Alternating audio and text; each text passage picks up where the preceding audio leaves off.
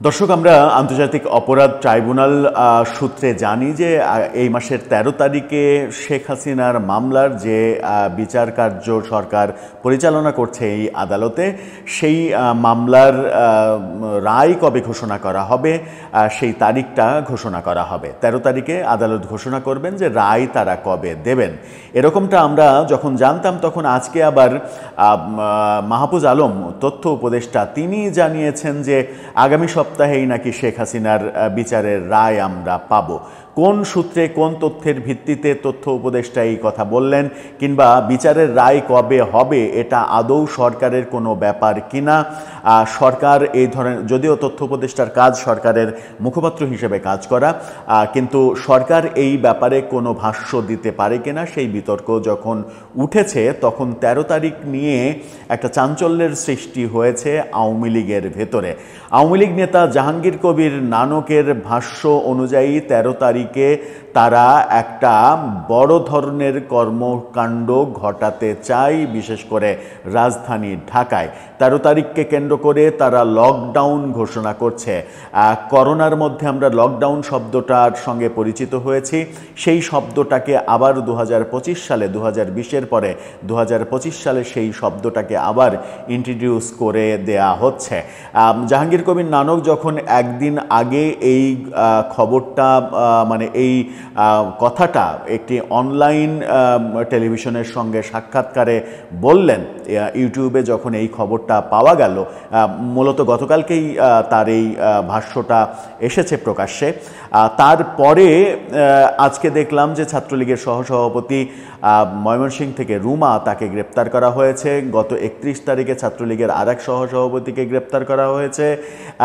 আওয়ামী লীগ ঘোষণা দিয়ে লকডাউনের যে কর্মসূচি ঘোষণা করলো, কি করতে চাইছে তারা আদতে, কিংবা ঘোষণা দিয়ে কোনো কার্যক্রম করার মতো বাস্তবতায় তারা আছে কিনা, কি প্ল্যান ১৩ তারিখকে কেন্দ্র করে আওয়ামী লীগের, একটু বোঝার চেষ্টা করবো এই ভিডিওতে। থাকবেন পলিটিক্স টিভির নিয়মিত আয়োজনে।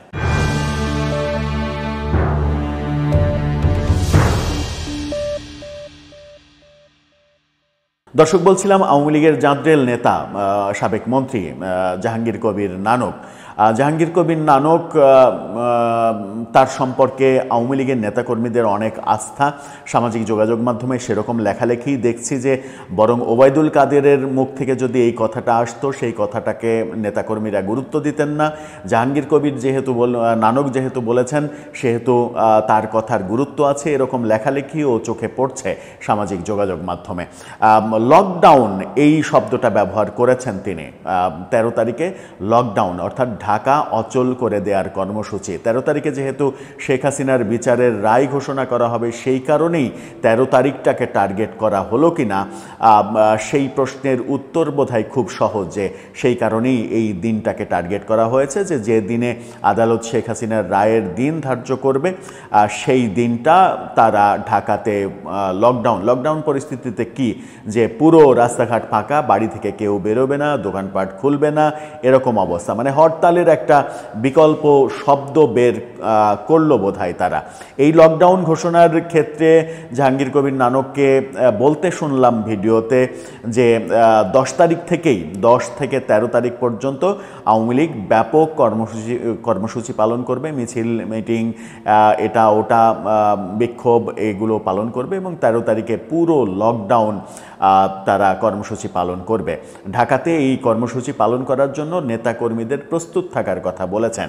তাতেই বোধহয় সর্বনাশটা করে ফেললেন কিনা তিনি, সেটা একটা বড় প্রশ্ন। কারণ এরই মাঝে আমরা দেখছি প্রতিনিয়ত আওয়ামী লীগের নেতাকর্মীদের বিরুদ্ধে গ্রেপ্তার অভিযান চলছে। প্রতিদিনই মানে একটা সংখ্যক নেতাকর্মীদের গ্রেপ্তার করা হচ্ছে।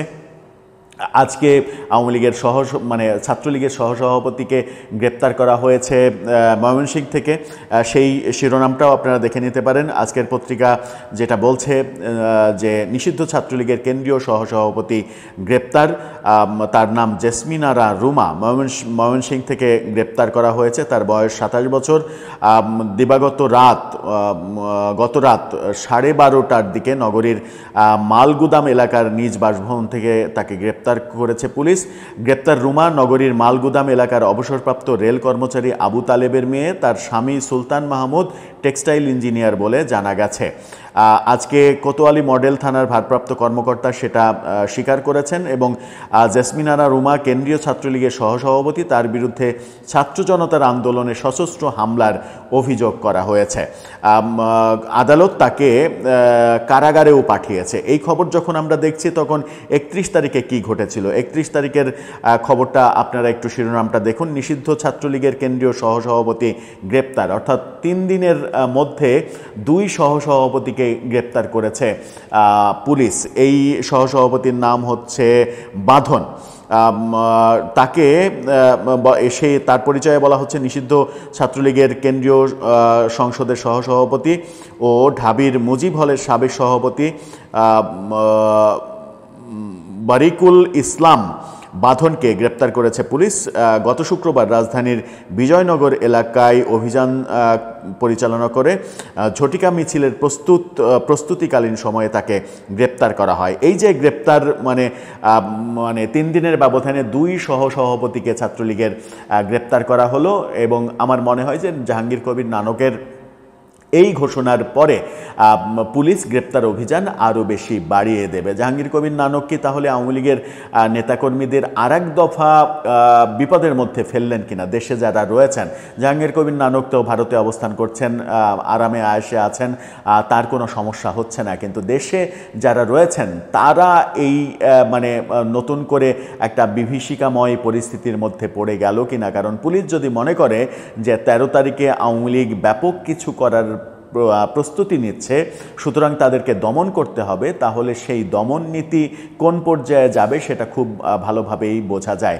কারণ জাহাঙ্গীর কবির নানক যে ভাষায় ভিডিওতে, আমি 2 মিনিটের একটা ভিডিও দেখলাম, বিভিন্ন জায়গায় ছড়িয়ে পড়েছে, সেই ভিডিওতে যে ভাষায় তিনি বলেছেন 13 তারিখকে কেন্দ্র করে, লকডাউনকে কেন্দ্র করে, এবং এছাড়াও যেটা বলেছেন যে এই গত 15 মাসে আওয়ামী লীগের ওপরে যারা নিপীড়ন নির্যাতন চালিয়েছে তাদের তালিকা তাদের কাছে আছে, তালিকা করে রাখছেন এবং সময় আসলে তালিকা ধরে ধরে কড়াই গণ্ডায় সমস্ত হিসাব বুঝে নেওয়া হবে। এই ধরনের বেশ হুঙ্কার তাকে দিতে দেখা গেল। এই হুঙ্কার যখন দিলেন তখন এই হুঙ্কারের প্রতিদানে পুলিশ যদি পাল্টা হুঙ্কার দেয় তাহলে আমার মনে হয় যে দেশে অবস্থানরত আওয়ামী লীগের নেতাকর্মীদের আরেক দফা বড় ধরনের গ্রেপ্তারি এবং হয়রানির শিকারের মুখে পড়তে হতে পারে এবং নিশ্চিত করেই সেটা হবে। 13 তারিখ পর্যন্ত পুলিশের এবং যৌথ বাহিনীর ব্যাপক অভিযান এবং আনুষ্ঠানিক অভিযানের ঘোষণা দিলেও অবাক হওয়ার কিছু থাকবে না। আদতে দর্শক, আপনার কি মনে হয় 13 তারিখে কি হতে চলেছে? 13 তারিখে কিছু করতে চায় আওয়ামী লীগ আদতে, নাকি এই ঘোষণাটা মূলত এক ধরনের সরকারের মধ্যে এক ধরনের উত্তেজনা তৈরি করা, সরকার যেন অস্থিরতার মধ্যে থাকে সেই কৌশল? আপনার মতামত জানিয়ে লিখতে পারেন আমাদের কমেন্ট বক্সে।